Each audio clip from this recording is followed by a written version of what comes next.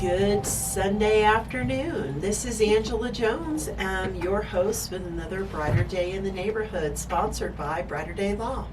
Today we have with us Andrew Vose, the founder and fearless leader of PPG, Prosperity Property Group here in Colorado Springs. Welcome, Andrew. How's it going today? Thanks for having me. Yeah, no, I'm super excited to spend some time with you here today. We were kind of chatting before we went on the air about you and I go not super far back, but a ways back. A lot of stuff has happened, So. And we're family friends as well as business colleagues. And so I'm really looking forward to a chance to catch up, but also for our listeners to get a chance to get to know you better, because boy, you've got a story. Yeah, well, I appreciate you having me on here. Definitely an honor. You've done a lot for me. We'll kind of leave it at that, but very appreciative of that. Right. Well, and I know you, and I'm going to jump right into, I know you have a new book coming out, and I know that your book, tells your story. So I'm just going to, dive right in there and ask you to talk about your book and like what inspired you to write that. Yeah, so it kind of started, I don't know how deep we're going, but my background, growing up, just kind of put myself through these trials and tribulations. I had a great home life, so I don't know why I put myself through it, but it definitely helped out for today, like now. But it's called The Grind, because I feel like a salmon, right? I've always put myself in these situations, always grinding it out, but there's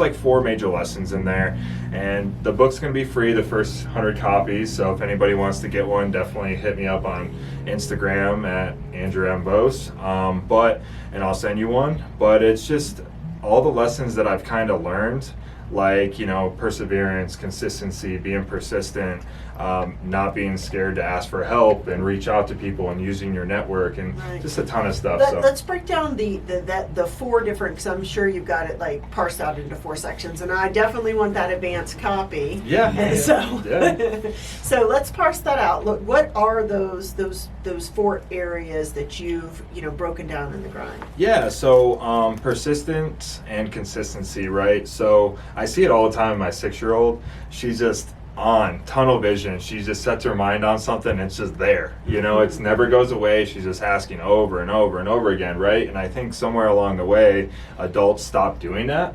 Like they get told no, right? You get told no as a kid like 400,000+ times throughout your childhood, yeah. So like somewhere in your brain, you're like reprogrammed to not ask or not. Yeah, remember that? What was that cartoon? It was like Ma. I don't know, but you know what I'm talking about. I think I do, but it's just kind of so like just being over. When you want something, don't accept no, right? Be solution oriented. So that's kind of one of the lessons there.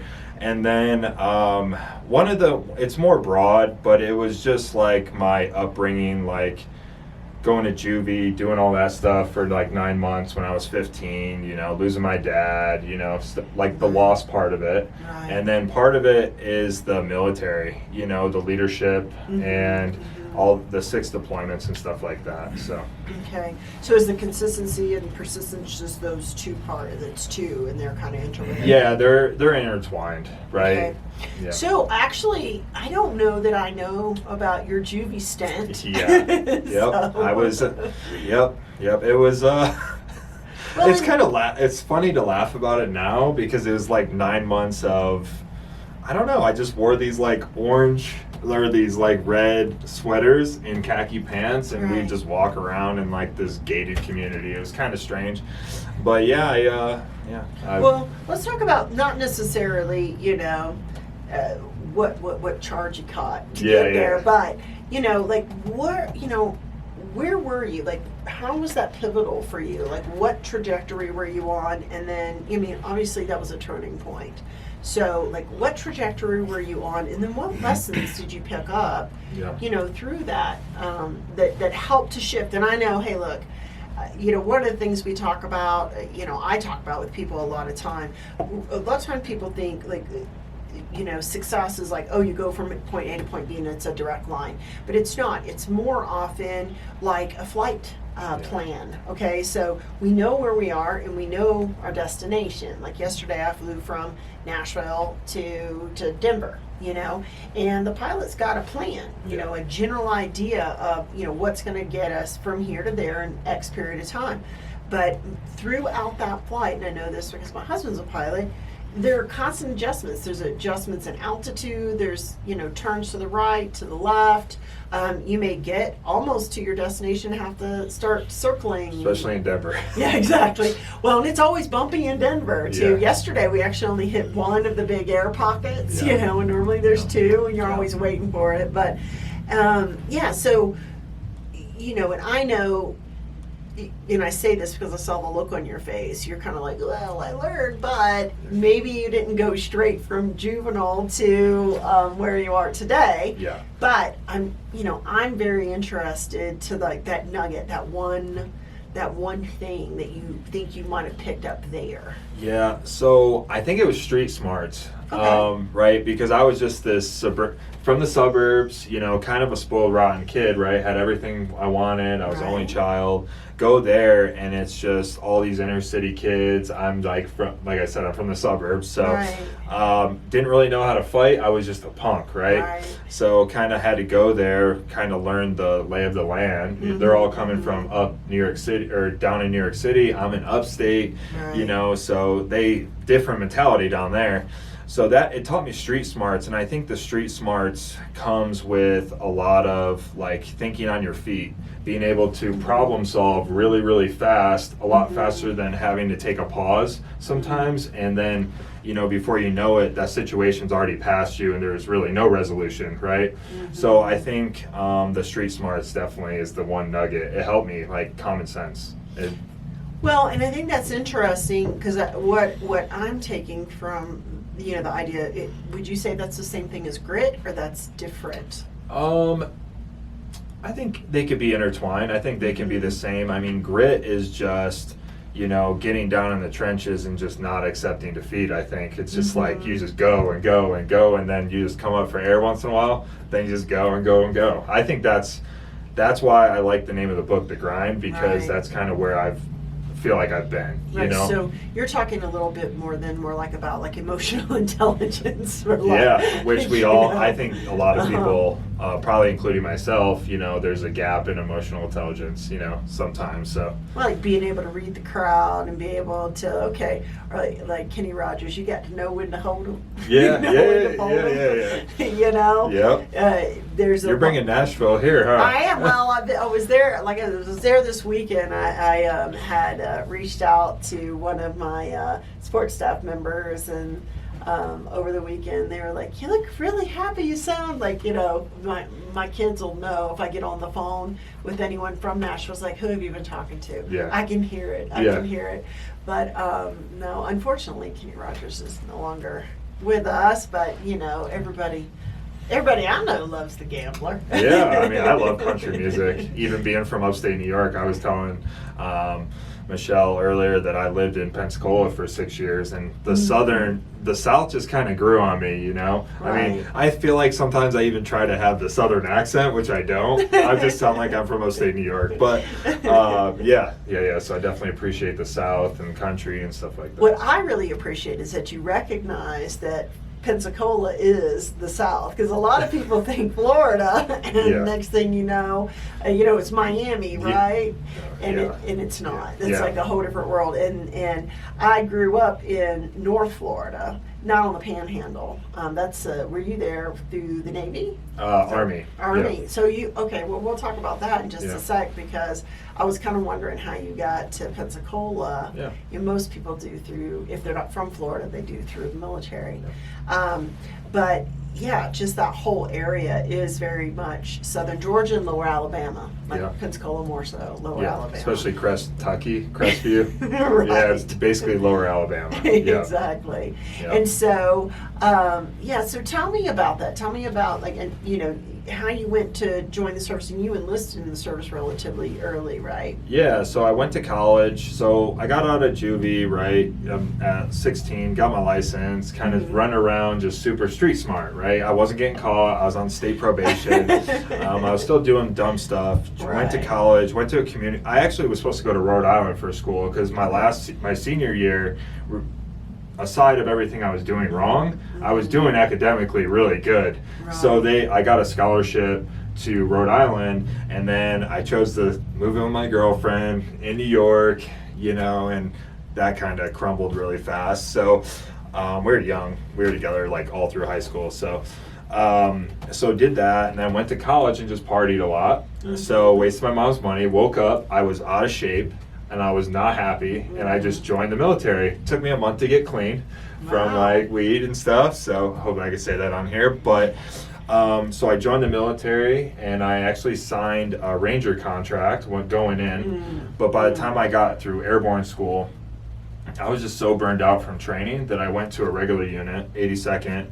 Then I got deployed 30 days later to Iraq, and I was like, okay, cool. When I get back, I'm going to Ranger Battalion. Right. So I did that, was in Ranger Battalion for 3 years, 3 deployments too, and then I went to Florida to a Special Forces group as a support guy. Right. Yeah. And so you have worked with Special Forces, or you did work with Special Forces from that point forward, right? Yeah. Okay. And even as a contractor when I got out. Okay. So. And, you know, and I know that transition, you've transitioned from working with the military, in the military, and as a contractor to primarily, well, and not exclusively, but your focus, a lot of your current business is on serving military families. Yeah, we work, like I would say probably, I don't know the exact number, but it'd probably be like 90% veterans, right? Which is awesome because it kind of, when you get out of the military, you lose that camaraderie, right? Like just working side by side with men and women that have the same common goal, regardless of you put religion, all that stuff aside, right? Politics, and you all have a common goal, like get home together, work hard, you know, and you kind of lose that. At least I did when I got out. I was like, man, people are lazy, you know? Yeah. That's what I thought, because I was like working with a bunch of contractors now, and they're all getting paid like ridiculous amounts of money to work like 4 hours a week. Oh, wow. I was one of them. So I knew that was actually happening. So I just missed it. I missed it. So then when I started working with veterans, I kind of built a business through Fort Carson, like just passing out cards. Not supposed to do that. It's definitely a conflict of interest, but it built my business, right? So yeah, I love working with veterans. It's hard, you know. The market the last year and a half has been hard for VA. Right. Yeah. Well, I really appreciate your transparency. I want to remind our listeners that they're listening to KPPF and the Brighter Day in the Neighborhood with your host, Angela Jones, and our special guest, Andrew Vose. Sorry. No. I don't know what it was. Andra. It's okay. I trip over my words a lot, so. So, well, you know, talking about that, like the camaraderie, you know, have you found the camaraderie again, you know, as you know, begun to serve the military community, military families in this new way?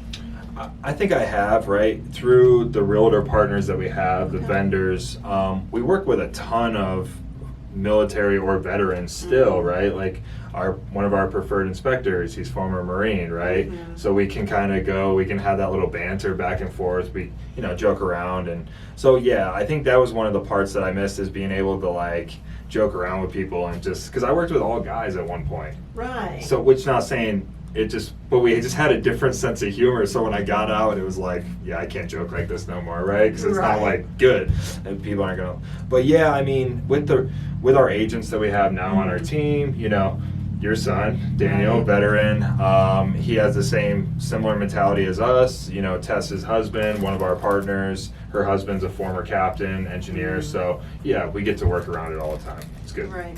And have you, I know you said things have been tough for the VA. What did you mean by that? So, like, the market, we've had very limited inventory the past 18 months.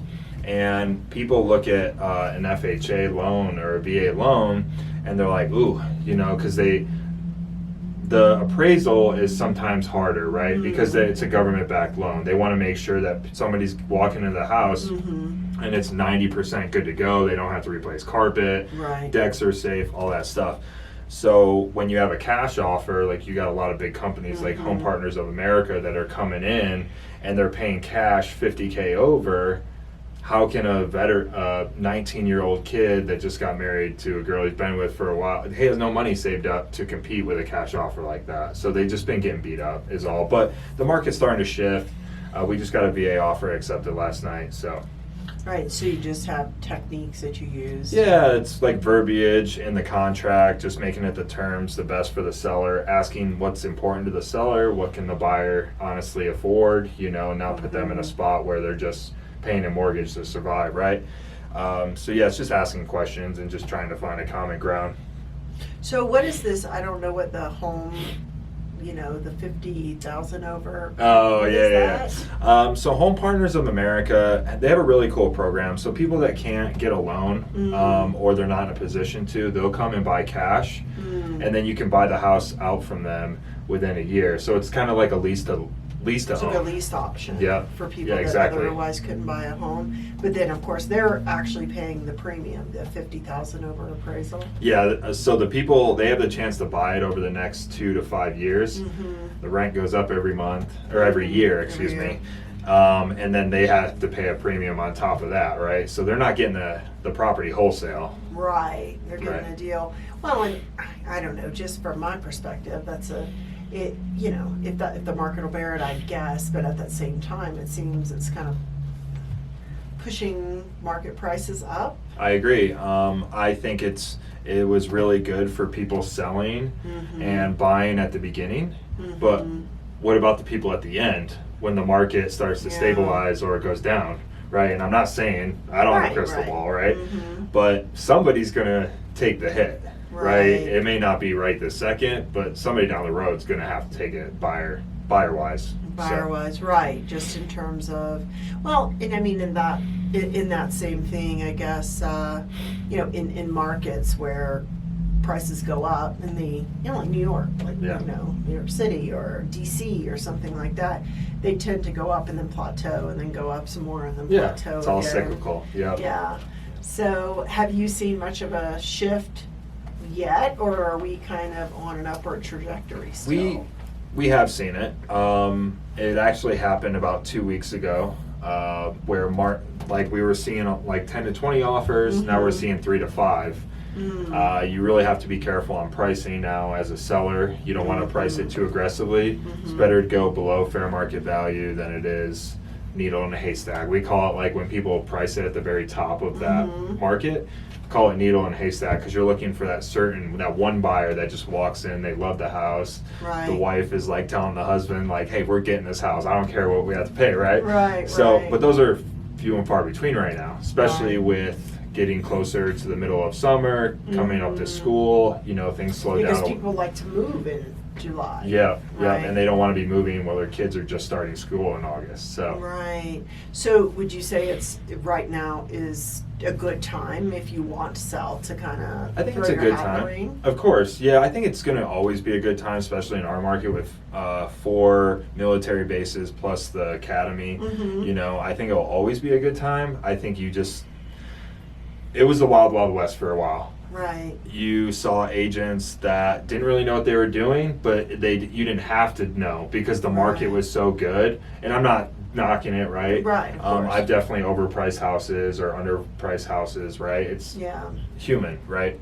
But I think it's going to weed out some agents, and you just want to be careful on the pricing. And buyers are going to start not having to pay so much over, which would be good. Yeah. So it's kind of leveling out, making it, and that should help your clients, the ones that the buyers, the VA folks, and I think that's a good thing. That's a really good thing for folks in our community. Well, I've heard that you have bought a new place too recently. Is that right?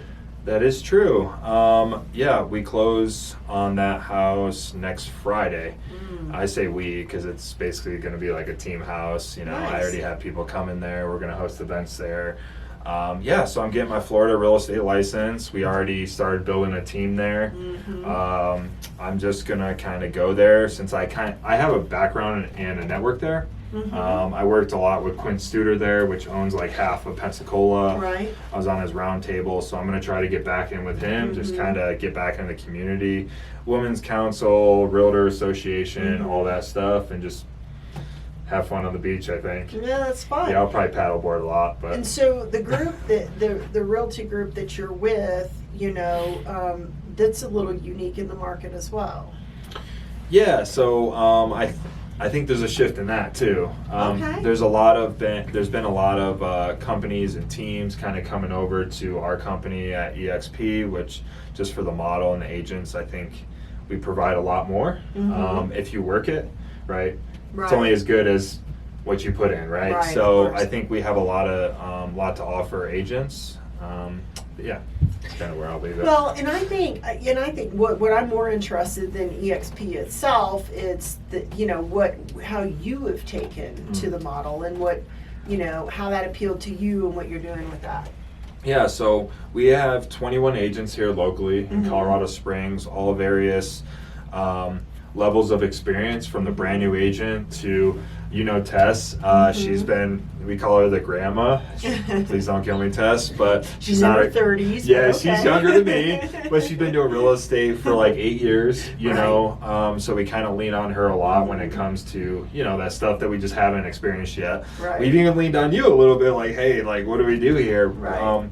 But I think, we're excited. We just brought over 5 people from another team from another company. So we got their team lead, which has a ton of experience, and then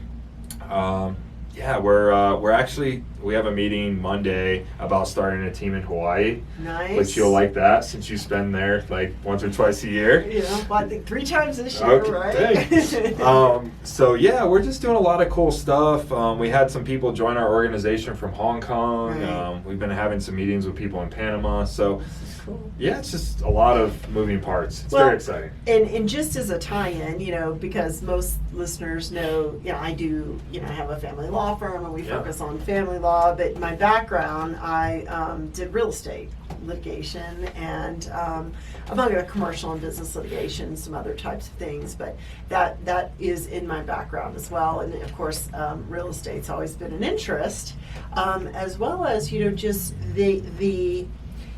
and I'm going to get you to weigh in on this, just this shift that has even happened over the course of the pandemic, that's really opening people's eyes up to, the world is a much, larger place of opportunity in terms of working. Like, you're able to live in Florida and still lead your team here in Colorado, or, go out to Hawaii and still work and lead your team, and in many ways that makes us much more versatile. So even though, like, for instance, I was in Nashville, seeing some friends, and one who is at the end of her life, and that's partly why we were there. We didn't miss a step here back at the office. There was still coverage there. The job continued to get done, but just that ability to kind of move freely about the world and grow a business, that's been important to me, and I think it's important to you. Yeah, I mean, I think the digital space, it's definitely something to take advantage of. I don't know if anybody's seen the movie Social Dilemma. Yes. It's very intriguing. Some people looked at it and got all freaked out, and I looked at it and it's like, you're not stopping the train. The train's already moving, so why would you not try to take advantage of it and monetize it in a way that's going to set you and your family up? For instance, like, we're doing some cool stuff with like Amazon stores, Walmart stores online, like building them out for people, picking products, and then it's all automated for them, right? I mean, I think with social media, it's, if you use it in the right way, You know, screen time, if you look at it, it's like 6 to 10 hours a day for people, right? So I just think if you have the right business model, and we both do, we can work from anywhere in the world, really. Yeah, you should just really be taking advantage of it. Get out there, travel, you know, don't just save your money, spend it on stuff you like earned and deserve. And I love traveling, so. Right. Yeah. Well, and you know what, I got to say, like, the way that you approach social was really, and I think it was maybe, I don't know, I give you a call from the car. Maybe it was like a year and a half ago. Yeah, when I made that video when we were at Bristol Brewery. Yeah. You were something, but it was sort of like, hey, y'all, this is Andrew. I'm just here hanging out. And I'm kind of like, what is this kid doing? You know, this is crazy. But it's like you got all these hits and people liking it, interacting. And I'm like, you know, had to start to rethink it. Like, do I really have to, you know, because that was holding me back, this idea that, you know, things had to be just so and scripted and, you know, et cetera. And I think what I appreciated was, for one, your fearlessness and just getting into that space, but also how much, you know, people have enjoyed it. And like, you know, like, and I think that has shown in terms of people's engagement with TikTok, which is kind of a silly platform. It is. You know, it's people silly. I need to get on it, dancing though. and it's super fun. You're not on No, TikTok? I'm not. So I'll call everything the Facebook, the TikTok.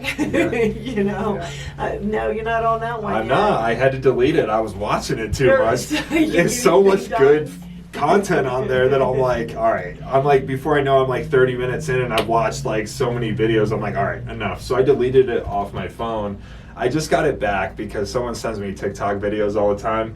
But there's some funny stuff. I know, and I need to start getting on there, I think. So I was actually I forgot who I was talking with the other day, but we were talking about it. I'm going to start creating stuff on there. So yeah, that'll be cool. Well, we should do a collaborative something. Let's do it. My marketing manager is kind of just like, don't make me dance. Well, I mean, I can't dance. I'm not sure I could dance. Well, but that would be the funny part, right? Yeah, I guess that is. Yeah. Well, you're lucky here today. Well, I made a guest sing once, so I'm not gonna make you sing or dance. That's here. cool. If we want to do it, I mean, we are on camera.